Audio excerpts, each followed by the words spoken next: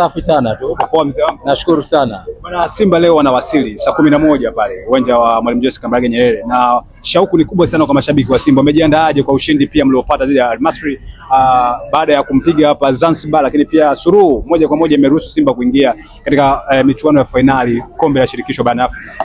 Asante sana. Mimi naitwa Habib Mustafa. Kwanza nishukuru sisi kama washabiki, wanachama na wapenzi, si kwa mashabiki wa Simba tu, bali naamini imani yangu na ndio ilivyo kwa Watanzania wote kwa ujumla, wale ambao wanaopenda michezo na wanaopenda football, hususan hata wapinzani wetu 30% mpaka 40% wana furaha na wamejiandaa vizuri kuipokea Simba. Hili linalokwenda kufanyika leo, hii hongera na pongezi si kwa ajili ya Simba, haya ni mapokezi kwa ajili ya Tanzania. Simba anarudi akiwa kama mwakilishi wa Tanzania, amekwenda kulitetea taifa, amekwenda kuliheshimisha taifa kwa mara ya pili baada ya miaka 31. Kwa vile vizazi ambavyo havijawahi kushuhudia, vilikuwa vikisikia, vinatakiwa vielewe Simba ndio mkombozi wa nchi hii kwa sasa, kwa ukubwa, kwa ubora, kwa kila kitu. Kwa hivyo inatakiwa na wao wawashawishi viongozi wao, kuna mambo wayaige kutoka kwa Simba. Hakuna ambalo wao wamelifanya kwa Simba likawageni.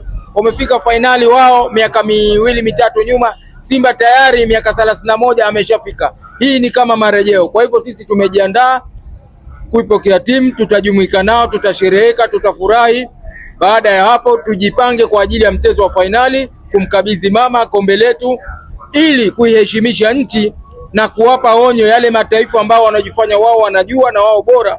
Wakija hapa wajue nchi za SADC kusini mwa jangwa la Sahara la Afrika kuna klabu inaitwa Simba na kuna klabu nyingine ambayo ni Mazembe, ndio timu zenye historia katika ukanda wetu huu.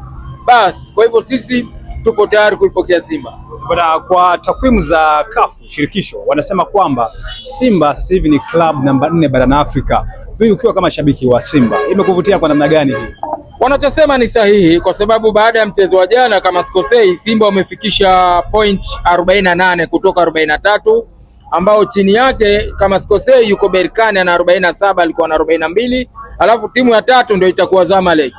Kwa hivyo Simba wa juu yake alikuwepo ni Esperance de Tunisia, na hajampita pointi nyingi, lakini hawezi kuzivuka kwa sasa kutokana na hesabu ya pointi mgawanyo unapokwenda. Kwa hivyo Simba ilianza kuonekana bora kabla ya hapa, na hiyo kwanza. Jengine nimpongeze sana rais wetu, rais wa heshima Mo.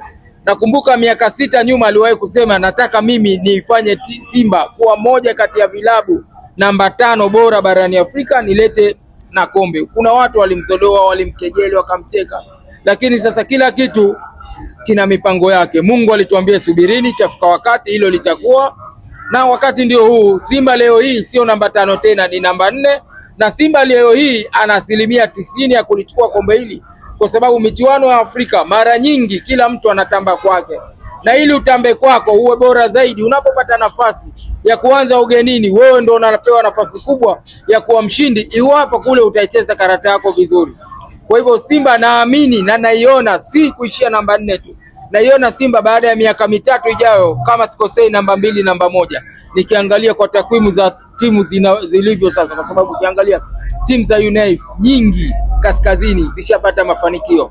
Kwa hivyo hawana cha kupoteza. Kama Berkane kombe hilo washachukua takriban mara 2-3, ni kombe lao. Kwa hivyo wao ni rahisi sisi kuweza kutengeneza timu tukapita mafanikio ya vilabu vyote vya kaskazini. Mimi sioni Simba ikiwa kama namba 4, naiona Simba kama ni timu namba 2 au namba 1 baada ya miaka 3. Vile vile nimpe pongezi sana kocha wetu Fadlu Arrahman. Kwanza Fadlu Arrahman Devil amefanya kazi nzuri, na alisema nahitaji muda niachie nijenge timu. Ametuonesha kile alichonacho. Makocha wengi walijaribu, lakini nafikiri kila kitu kinakuja kwa bahati.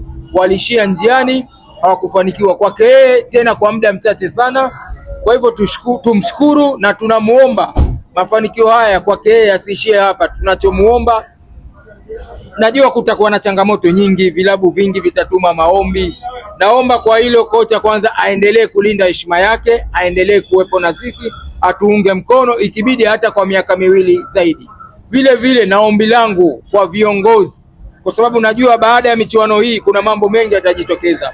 Kuna ofa nyingi zitakuja, huyu tunamtaka, huyu tunamtaka. Sasa hivi wakati tunajenga timu, kwanza tuwe na uvumilivu at least kwa miaka 3 mpaka 4 ili tupate kufaidi yale matunda ya mafanikio, ndio baada ya hapo angalie mambo mengine. Mimi sina mengi zaidi ya hayo. Bwana, shukrani sana. Yes, of course bado tunaendelea kupiga story 2-3. Na bahati nzuri hapa bwana, kuna gari la wekundu wa Msimbazi na wanasubiria kwenda kuwapokea Simba Brother bwana. Shwari, uko poa? Tunamshukuru Mwenyezi Mungu. Bwana, gari kama nataka kutuacha hivi, lakini swali moja. Bila shaka Simba imekata tiketi ya kuingia fainali na neno moja wako kwa unaenda kuwapokea. Tunaenda kupokea mabingwa watarajiwa, malengo yetu yameshakamilika, kilichobakia dua tu. Kwa moja kwa kocha pia Fadlu. Kocha sisi tunamshukuru, ametumizia malengo yetu. Unajua sisi wengine tumeona Simba ameingia fainali, ni moja ya malengo yetu. Mungu tu amweke, ampe afya njema na kombe atatuletea inshallah. Yes, hawa ni mashabiki wa Simba kutokea Mikumi wakiwa wanaelekea kwenda kupokea wekundu wa Msimbazi pale uwanja wa Mwalimu Julius Kambarage Nyerere Airport jijini Dar es Salaam. Hii ni Digital, tunaungana nao mpaka pale airport kukupatia update zote za story ambazo zimejiri kwa Simba.